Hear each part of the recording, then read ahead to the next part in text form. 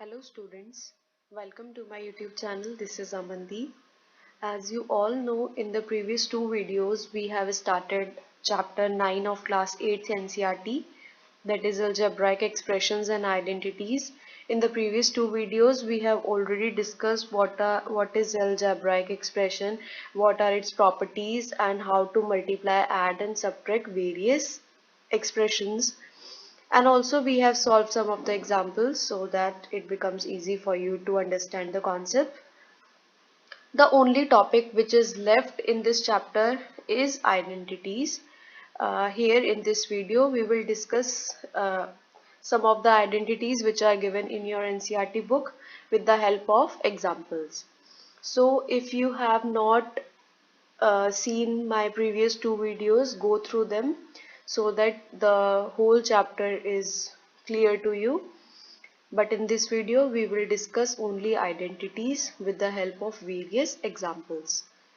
And also, if you have not subscribed my channel yet, go and subscribe it now. So without wasting time, let's get started. तो बच्चों, आप लोगों ने ये जो topic हम आज डिस्कस करने वाले हैं इस वीडियो में, आइडेंटिटीज, ये आपने बहुत बार सुना होगा, अपनी प्रीवियस क्लासेस में भी सुना होगा. तो आइडेंटिटी होता क्या है? मैथमेटिकल लैंग्वेज में आइडेंटिटी क्या होता है? तो इसका आंसर ये है कि आइडेंटिटी एक ऐसा एक्सप्रेशन होता है. पहली बात आप ध्यान से सुनिए, एक एक्सप्रेशन होता है. क्या होता है? एक एक्सप्रेशन होता है जिसमें इक्वल का बीच में साइन होगा और इक्वल के दोनों साइड LHS और RHS गिवन होंगे. राइट? चलिए हम एक एग्जांपल देखते हैं. फॉर एग्जांपल एक आइडेंटिटी हमने यहाँ पर लिखी, a plus b square is equal to a square plus b square plus 2ab. अब आप ये बोलेंगे ये कहाँ से आया, वो हम बाद में डिस्कस करेंगे, लेकिन अभी सबसे पहले हम ये डिस्कस कर रहे हैं कि आइडेंटिटीज क्या होता है. तो आप यहाँ पर एक एक्सप्रेशन देख रहे हो जिसमें दो साइड है. एक तो है यहाँ पर left side, left hand side, and this one is right hand side. और आप बीच में देखोगे कि यहाँ पर इक्वल का साइन है. तो जब भी ऐसा कुछ आपको दिखे जिसमें लेफ्ट साइड भी हो, राइट साइड भी हो और इक्वल का साइन भी हो, ठीक है, तो अगर हम इसमें वैल्यूज पुट करें और अगर LHS और RHS आपस में इक्वल आ जाते हैं तो इसको हम आइडेंटिटी बोलते हैं. मीन्स आइडेंटिटी एक जनरल टर्म है, एक ऐसा टर्म होगा जिसमें आपको वेरिएबल्स गिवन होंगे, XYZ हो या ABC हो या कोई भी अल्फाबेट की तरह आपको वेरिएबल्स गिवन हो. अगर आप उसमें नंबर्स पुट करोगे, कोई भी नंबर्स आप पुट करो, लेफ्ट साइड को और राइट साइड को अगर आप सॉल्व करोगे तो इक्वल आंसर आता है. इसी पूरे को हम बोलते हैं आइडेंटिटीज. तो आपको यहाँ से क्लियर हुआ कि आइडेंटिटी क्या होता है. अब देखिए, हमारे जो मैथ्स में कुछ आइडेंटिटीज स्टैंडर्ड आइडेंटिटीज हैं. मीन्स कुछ आइडेंटिटीज हैं जिनको हम बहुत जगह, मीन्स हर जगह यूज कर सकते हैं जब भी उनकी हमें जरूरत पड़े. तो इस चैप्टर में हम 4 आइडेंटिटीज को डिस्कस करेंगे which are standard identities. So we will discuss them one by one with the help of examples. हमारी फर्स्ट आइडेंटिटी आती है a plus b whole square is equals to a square plus b square plus 2ab. इसका मतलब ये है कि अगर हम यहाँ पर लेफ्ट साइड में आपको दिखेगा a plus b whole square और राइट साइड में दिखेगा a square plus b square plus 2ab. अगर आप इनको LHS और RHS को सॉल्व करते हो तो हमेशा आंसर इक्वल आता है for all the values. Right?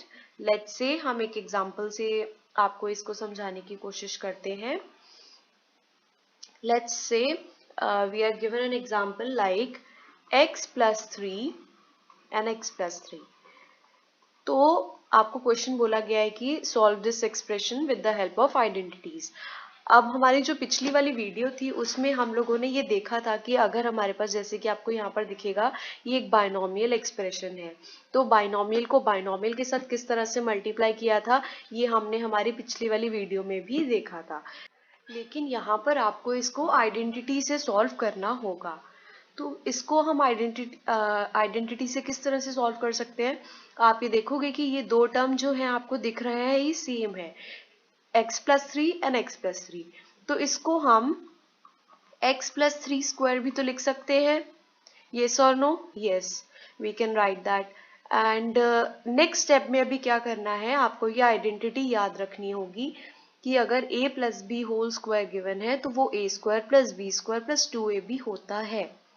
तो यहाँ पर आप देखोगे कि x और 3 दो वैल्यूज है, यहाँ पर x क्या होगा, a हो जाएगा और जो 3 होगा वो b हो जाएगा। तो ये इस आइडेंटिटी में हम फुलफिल इसको पुट वैल्यूज को कर सकते हैं। तो इसकी वैल्यूज को पुट करेंगे using identity. We will write here using identity, which identity? a plus b square is equals to a square plus b square plus 2ab, right? तो यहाँ पर आप जब वैल्यूज पुट करोगे x plus 3 whole square means a square, that means x square plus b square, which means 3 square is equal plus 2, a here is x and b is 3. Now we will solve this equation, x square plus 9 plus 6x, this is the required answer। अब आप ये एक बात यहाँ पर देखिए, गौर कीजिएगा कि हमने यहाँ पर आइडेंटिटी से सॉल्व किया है इसको और हमारे पास आंसर आया x square plus 9 plus 6x, right. लेकिन इसी को अगर हम जो हमने प्रीवियस वीडियो में देखा था कि बाइनोमियल को बाइनोमियल से किस तरह से मल्टीप्लाई करते हैं, लेट्स से हम उस वाले मेथड से भी एक बार चेक करते हैं, इसको सॉल्व करके देखते हैं कि आंसर क्या आएगा। तो जब हमने x+3 को x+3 के साथ मल्टीप्लाई करना है तो हम इसको किस तरह से मल्टीप्लाई किए थे, हमने ये लास्ट वीडियो में सीखा था। सबसे पहले हमें ये वाला x यहाँ पर लिखना होगा और फिर उसके बाद में ये पूरा एक्सप्रेशन इधर आएगा ब्रैकेट में। Then after that what we have to do, we will write this 3 here with plus sign and again this expression here x plus 3. Now we will multiply this whole equation. We will multiply x with x, it will become x square. In the next step we will multiply x with 3, this will become 3x, right?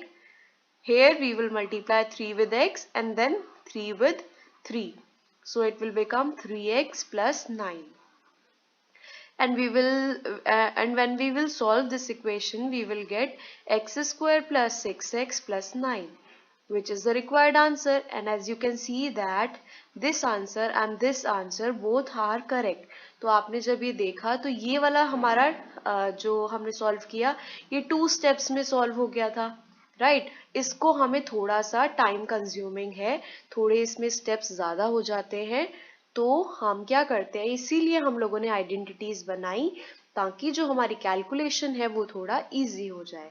तो आप इन दोनों method से इसको solve कर सकते हो, but exam में अगर आपको पूछा जाए कि सॉल्व यूजिंग द आइडेंटिटीज, तो आपके पास चॉइस नहीं है, आपको आइडेंटिटी को यूज करते हुए ही उस एक्सप्रेशन को सॉल्व करना होगा, right.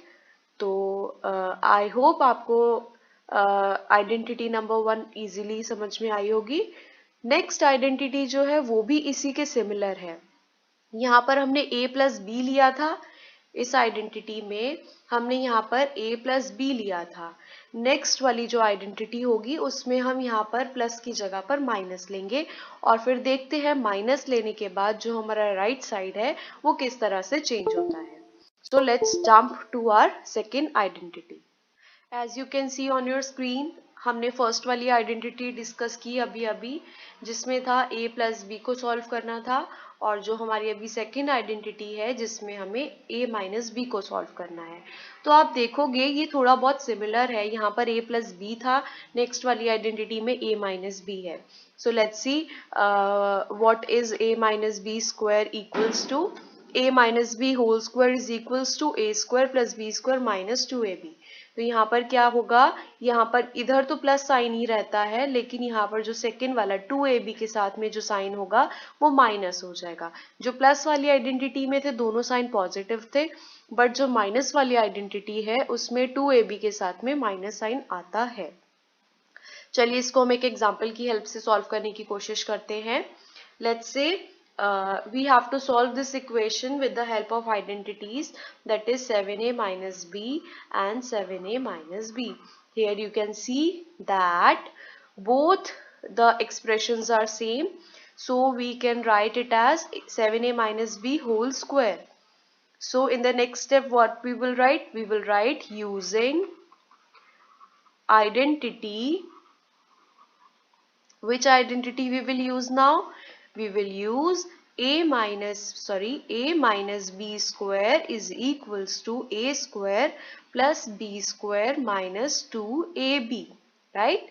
So it will become 7a minus b square will become 7a whole square plus b whole square minus 2 into a is 7a and b is b, right? So we will write, it will become 7 7s are 49 a square plus b square plus minus 14ab. This is the required answer of your question, right? इसको हम जैसे हमने अभी first वाली identity को solve करके आपको बताया था कि आप इसको बाइनोमियल को बाइनोमियल से किस तरह से मल्टीप्लाई करते हैं वैसे भी सॉल्व कर सकते हैं। तो ये हम यहाँ पर बार बार प्रोसेस रिपीट नहीं करेंगे। अगर आपको अच्छे से समझ में नहीं आया है तो आप हमारी प्रीवियस वाली वीडियो जाके चेक कर कीजिए, उसमें हमने मल्टीप्लिकेशन किस तरह से करते हैं ये आपको अच्छे से एक्सप्लेन किया है। तो इस वीडियो में हम फोकस करेंगे सिर्फ आइडेंटिटी को कैसे पुट करना है क्वेश्चंस में। सो आई होप आपको माइनस वाली आइडेंटिटी को पुट करना आया होगा। So without wasting time let's jump to our next identity which is the third identity. Our third identity is a plus b, a minus b is equals to a square minus b square. So as you can see on your screen, we will solve this with the help of one example. Let's take an example like 2a plus 4 and 2a minus 4. So we cannot write, as you can see these two expressions, these two binomial expressions are not same, so we cannot write it in the form of a whole square as you have done in our previous questions. In this question we cannot do that, so we have to solve it in the same way as it is given to us. So here you can compare this example with your identity a plus b, a minus b. First of all, we have to see that both the numbers, that is a and b, are same in both the brackets. That means here also 2a and 4, here also 2a and 4. But the difference is here we have plus and here we have minus. In the same way, here we have plus and here we have minus. So how we will solve this? We will solve this as you can see on your screen at the right side of your expression of your identity. A plus b, a minus b is equals to a square minus b square. What we have to do? We have to write 2a in one bracket and 4 in another bracket, and we have to put minus sign here in between these two numbers. Now we will solve this. It will become 4a square minus 16. This is the answer. So with the help of identities you can solve your examples with very easy process. इतना ध्यान रखिए और आपकी calculation अगर आप identity से solve करते हो तो बहुत इजी हो जाएगा, आपकी कैलकुलेशन बहुत ही सिंपल हो जाती है। आई होप थर्ड आइडेंटिटी आपको क्लियर हुई होगी। Now let's move to our fourth identity which is x plus a and x plus b. This is equals to x square plus a plus bx plus ab, right? So here you can see this is also similar to this one but not very much. Here in this identity both the numbers were equal, that means a and b, a and b here also, but in this x plus a and x plus b. Only x's are same, but these two numbers are different.